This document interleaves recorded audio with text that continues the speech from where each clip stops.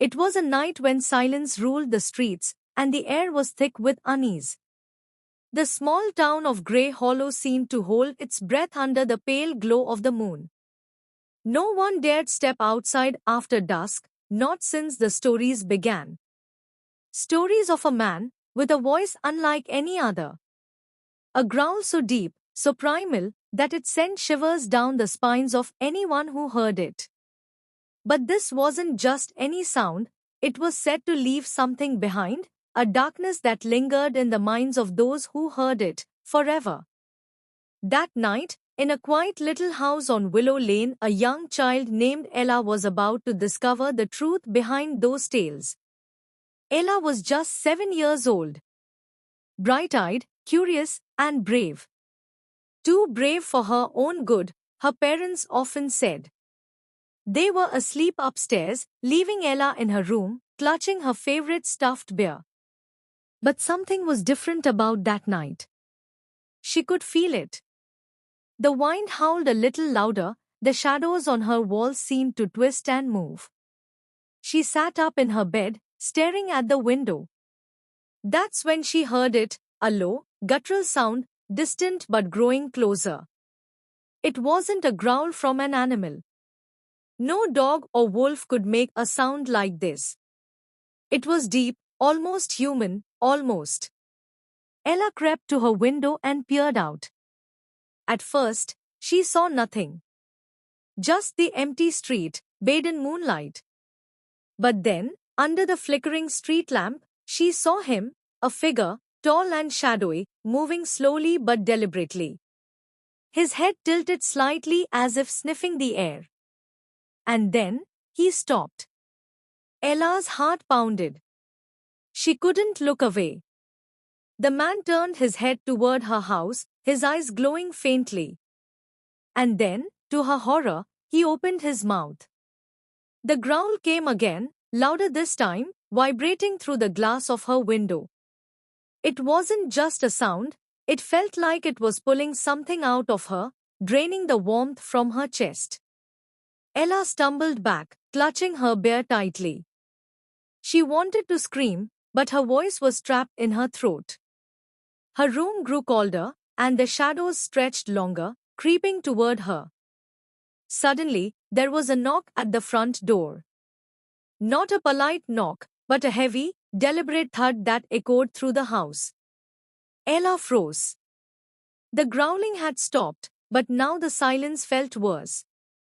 She could hear her parents' muffled voices upstairs, but they didn't come down. They didn't hear the knock. With trembling hands, Ella tiptoed to her bedroom door. She knew she shouldn't go, but something compelled her. Something about the growl, it called to her. She crept down the stairs, her small feet making no sound on the wooden steps.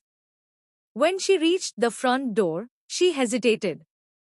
Her hand hovered over the doorknob, her breath shallow. And then, the growl came again, but this time, it was right behind her.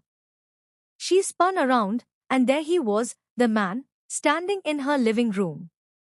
His face was shrouded in darkness, but his eyes burned like embers. And his mouth twisted into a crooked smile. Ella couldn't move, couldn't scream.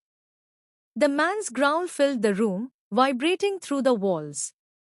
But then, he spoke, his voice deep and raspy.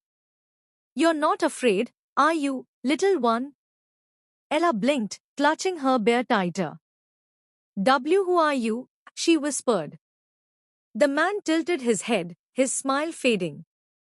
"I'm what they fear," he said. "But you're different. You hear me, but you don't run. Why is that?" Ella didn't know how to answer. Her knees felt weak, but she stood her ground. "I'm not afraid," she said, her voice trembling. I want to know why you're here." The man chuckled, a low, rumbling sound. "Brave," he said. "Or foolish. But you'll see soon enough. They all do." And with that, he turned and walked toward the door. As he opened it, the wind rushed in, carrying whispers that seemed to echo her name. And then he was gone. When Ella woke the next morning, it felt like a dream.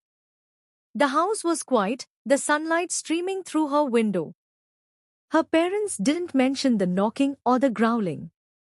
They acted as if nothing had happened. But Ella knew better.